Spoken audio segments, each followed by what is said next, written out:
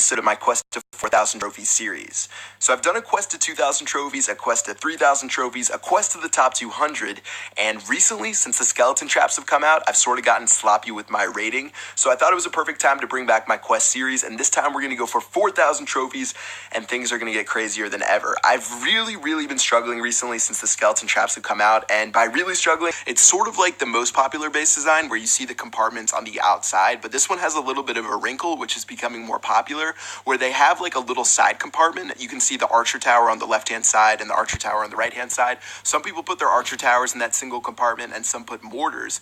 But what I did with this strategy, which is a little bit different, instead of saving my jump spell to jump into the center and only dropping one jump spell in the beginning, I actually dropped both jump spells in the very beginning, and I did that so I could spread my golems out and to sort of attack the base and like spread out my attack. I didn't just want to attack from one side and risk not getting to 50%, and I knew that my queen would be able to shoot over the top because she has a super long range, and I was banking on my queen shooting down the town hall, and that's why I saved my rage spell towards the very end.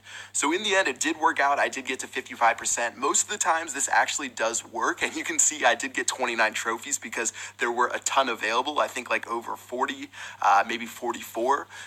But that attack has been pretty common recently, and it's definitely one that like sort of goes against most of the attacks that I put together, because usually I try to be as calculated as possible and make sure I can get my P.E.K.K.A.s to jump over and make sure I can get everyone into the main compartment.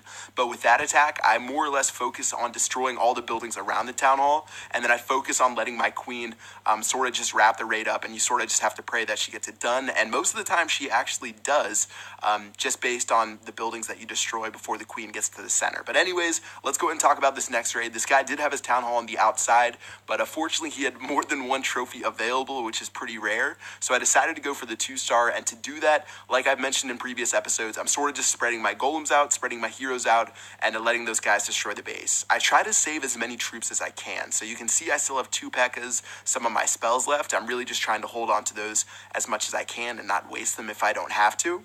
And we're sitting at 41%, almost at 50%. I think we should be able to get there without having to drop the rest of my troops. And let's go ahead and see this one wrap up. All right, 46%. My king did go down. Queen's going to shoot the elixir storage. I still have a couple more troops left on the left-hand side. So I think I should be good here, and I should be able to get to 50. And like I said, this one was pretty easy. It's always nice to attack bases like this because there's literally no risk in attacking it because you've already destroyed the town hall on the outside. Even though there's only maybe, if there was only like 3 or 4 more trophies that I could have gotten, it might still be worth it just because it takes so long to find a base. And I know I've been raiding with Galadon recently inside of the Supercell headquarters, and he said for bases like this, if they have 3 trophies available, he'll actually attack the entire base and use his whole entire army to get that second trophy, just because he doesn't really find that many trophies when he raids. I know that he actually was in the clouds for 6 hours yesterday, and he only found one raid that was worth 22 trophies, and he said that was